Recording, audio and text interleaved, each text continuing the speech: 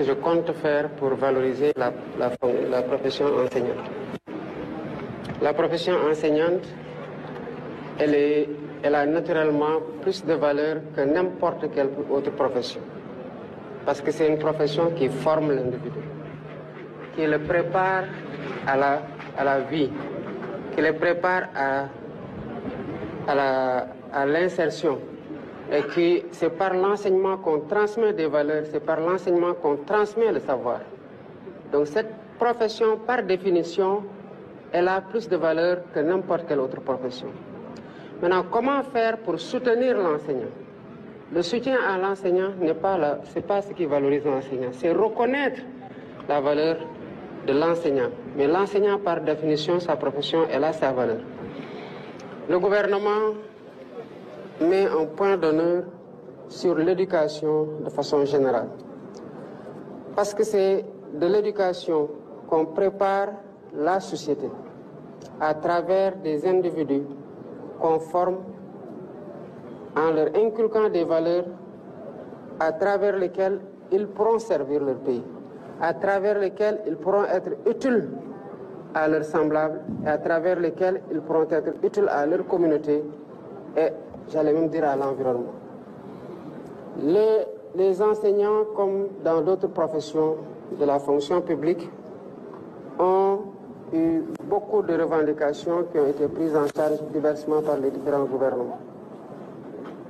Nous entendons poursuivre le dialogue avec eux pour que ce que le ministère et le gouvernement ont retenu comme action fondamentale, à savoir faire de l'éducation un moteur de la transformation économique et sociale de ce pays-là, qu'on puisse le mener dans un cadre de sérénité qui préserve l'élève à travers des enseignements qui sont délivrés de façon continue pour que les quantums soient respectés et pour que les élèves, au fur et à mesure de leur processus, bénéficient des curricula qui ont été définis pour effectivement les moduler selon le métier qu'ils veulent faire, mais selon aussi des valeurs.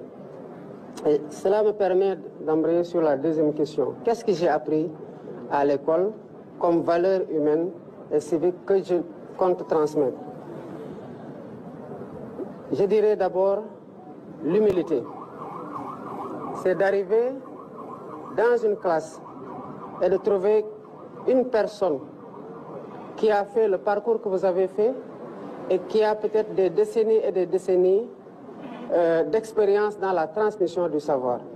Et vous vous mettez en position de devoir recueillir, de n'avoir presque pas beaucoup de choses, sauf dans le cadre d'interaction, de questions par moments complexes pour les professeurs que vous avez à leur poser, mais en attendant qu'ils vous donnent la réponse qui, en principe, est censée vous satisfaire parce qu'il a le savoir. Quand vous êtes devant quelqu'un qui en sait plus que vous, qui connaît plus que vous, qui a vécu plus que vous et qui est disposé à vous transmettre, j'allais presque dire gratuitement parce que ce métier, ce qu'on reçoit, c'est inestimable, on ne peut pas le payer, évidemment que vous apprenez à être humble.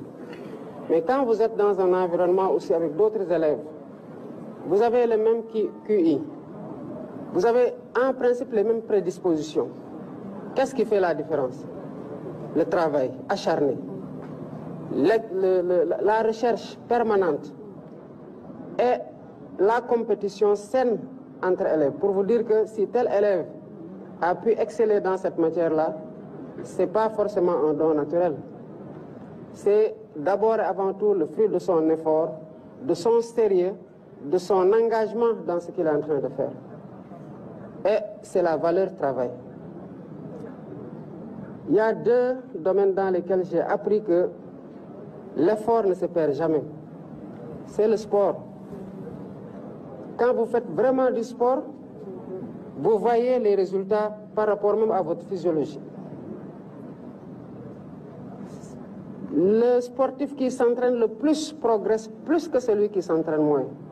Pourquoi? Parce qu'il fait plus d'efforts à acquérir des aptitudes par rapport à d'autres qui en font moins.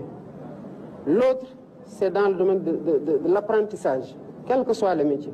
Pas seulement l'éducation, mais même dans les autres métiers.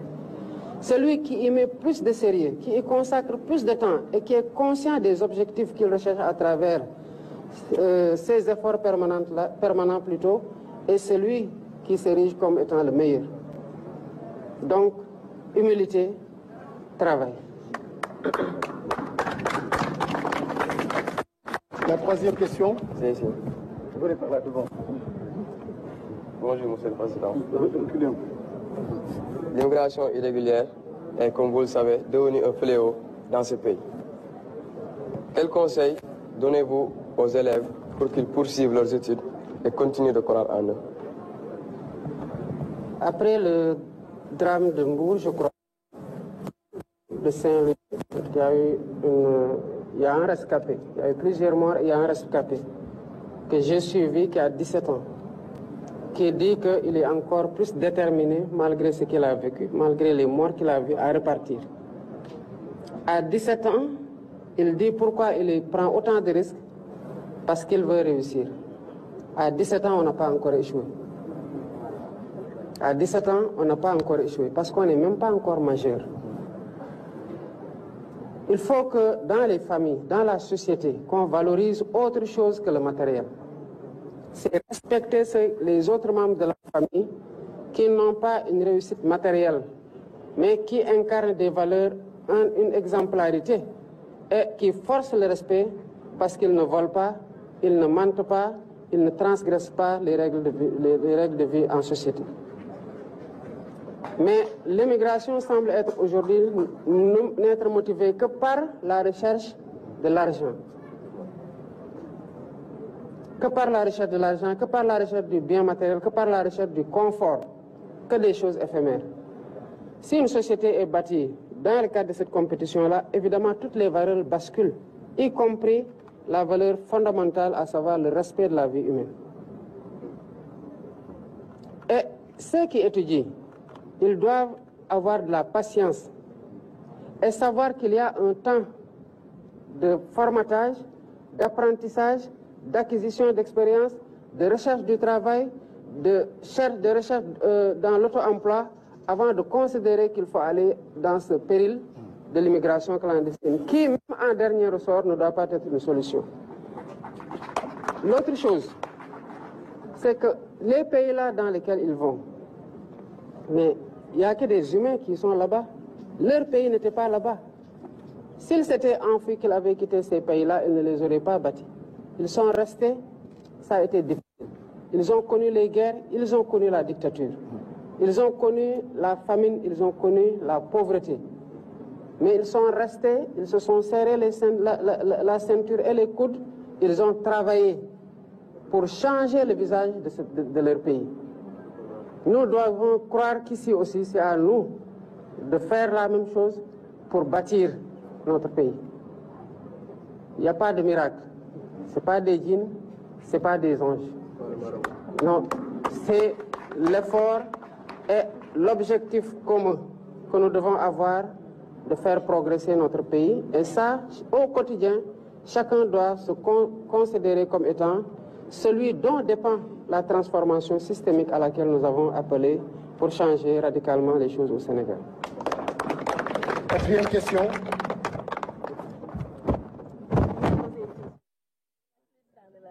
lan la leen di dégg ñoom tout tànk yi ci set setal bi nga xam ne woote na ko. Néné pose la question là. Néné la ko.